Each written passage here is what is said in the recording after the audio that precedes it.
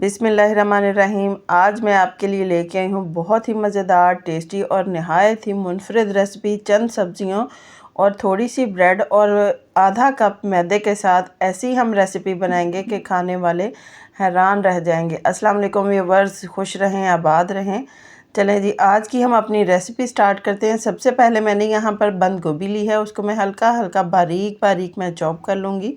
इसके साथ मैंने शिमला मिर्च ली है। शिमला मिर्च जो है वो साइडों से हम कट करके, उसके बीज हमने यूज़ नहीं करने, और थोड़े से लंबे साइज़ में मैंने बारीक बारीक कट कर लेनी है। इसके बाद मैंने ली है एक गाजर। गाजर जो है उसका मैंने सारा ऊपर से छिलका रिमूव कर लिया। रिमूव करने के बाद उसको धोकर इसको भी मैं लंबे साइज़ में बारीक बारीक कट कर लूँगी। कट करने के बाद एक अदद मैंने लिया है आलू। आलू जो है वो पहले इसके मैंने बड़े बड़े स्लाइसेस कट किए हैं। बड़े स्लाइसेस कट करने के बाद इस तरीके से एक एक स्लाइस पकड़ के मैंने बारीक बारीक छोटे छोटे स्लाइस कट कर लिए। इस तरीके से सारा का सारा सब्ज़ी जो है हमारी कट हो चुकी है। यहाँ पर लिया मैंने एक बाउल, उसके अंदर मैंने आधा कप मैदा ऐड किया है। इसके साथ मैंने 2 से 3 चम्मच मैंने कॉर्नफ्लोर ऐड किया है। कॉर्नफ्लोर के साथ मैंने चुटकी भर मैंने ज़ीरा, थोड़ा सा मैंने इसके अंदर नमक, काली मिर्च और सब्ज़ जो धनिया होता है उसको मैंने बारीक धो के कट करके साफ़ करके मैंने इसके अंदर ऐड किया। इसको हम मिक्स करेंगे। अब हम इसके अंदर थोड़ा थोड़ा पानी ऐड करते जाएंगे और इसको अच्छी तरीके से मिक्स करते जाएंगे। इसके अंदर गुठलियाँ जो हैं वो बिल्कुल नहीं बननी चाहिए। अच्छी तरीके से इसका पेस्ट बनाएंगे। ये देखिए, बेहतरीन सा इसका मैंने पेस्ट तैयार कर लिया है। इसकी कंसिस्टेंसी इस तरीके की है। आपने ये इस तरीके से बनाना है। इसको रखेंगे अब हम साइड पर। यहाँ पर मैंने लिया है एक पैन के अंदर 2 चम्मच के करीब मैंने कुकिंग ऑयल लिया है। प्याज मैंने कट करके इसके अंदर ऐड किया है। प्याज भी मैंने बड़े साइज़ में कट किया है। अब इसके बाद मैंने आलू जो है वो मैं इसके अंदर कट करूँगी। आलू जो होते हैं वो थोड़े से सख्त होते हैं, इसलिए हम इसको पहले हल्का सा सौते कर लेंगे। आलू को और प्याज को हल्का सा सौते करने के बाद इसके अंदर मैं ऐड करूँगी गाजर। गाजर भी हमारी थोड़ी सी सख्त होती है, तो वो ज़्यादा जो सख्त है वो खाने में इतना ज़्यादा टेस्टी नहीं लगती और ना ही बच्चों को भी इतनी पसंद आती है, तो इसको भी हम हल्का सा सौते करेंगे। सबसे पहले मैंने स्पाइसेस में नमक ऐड किया है, सुरख मिर्च ऐड किया है, फिर मैंने थोड़ी सी हल्दी ऐड की है। यहाँ पर मैंने अदरक का पाउडर ऐड किया है। इसके बाद मैंने चाट मसाला ऐड किया है और थोड़ी सी मैंने काली मिर्च ऐड की है। हल्का सा ज़ीरा ऐड करेंगे और आधा चम्मच के करीब मैंने इसके अंदर चिकन पाउडर ऐड किया है। इसको हम अच्छी तरीके से मिक्स करेंगे। मिक्स करने के बाद इसको अच्छी तरीके से भून लेंगे ताकि जितने भी मसाले हैं, स्पाइसेस हैं, वो सारे अच्छी तरीके से भून जाएँ और कच्चापन उनमें ना रहे।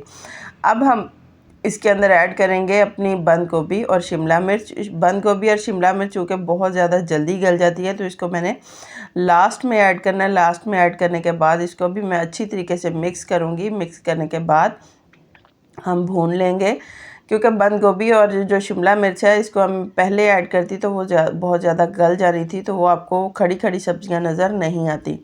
यहाँ पर मैंने लिया है ब्लैक सोया सॉस, उसके साथ वाइट विनेगर मैंने लिया है। इसको मैंने एक एक चम्मच ऐड किया है। ऐड करने के बाद इसको हम मिक्स करके मैंने थोड़ा हल्का हल्का भून लिया ताकि सोया सॉस जो है वो भी हल्का सा कुक हो जाए। यहाँ पर अब बहुत ज़्यादा कुक करने की ज़रूरत नहीं है, हल्का सा हम कुक करेंगे। कुक करने के बाद फ्लेम जो है वो मैंने बंद कर दिया है। इसके अंदर मैं ऐड करूँगी क्रीम। आप जो घर में क्रीम यूज़ मलाई दूध के ऊपर आती है, आप वो भी यूज़ कर सकते हैं।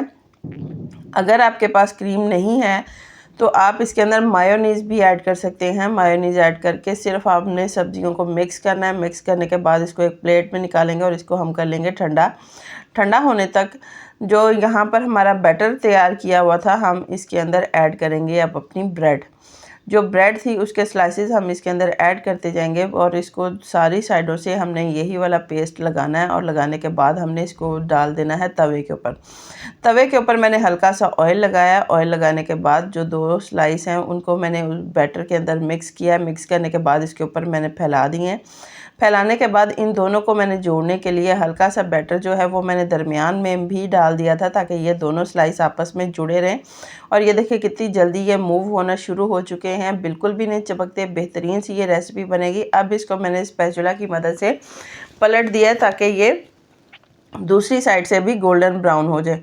अब ये देखें, जहाँ पे जो मैंने मसाला तैयार करके रखा था वो मैंने चम्मच की मदद से इसके ऊपर सारा मसाला फैला दिया है। फैलाने के बाद इसके ऊपर मैं डालूँगी सब्ज़ धनिया। सब्ज़ धनिया हम हल्का सा इसके ऊपर डालेंगे, बारीक कटी हुई सब्ज़ मिर्च हल्की सी इसके ऊपर ऐड करेंगे ताकि हल्का सा स्पाइसी लगे। अगर आप बच्चों के लिए बना रहे हैं तो आपको स्पाइसी करने की ज़रूरत बिल्कुल नहीं है, सब्ज़ मिर्च आप स्किप कर सकते हैं।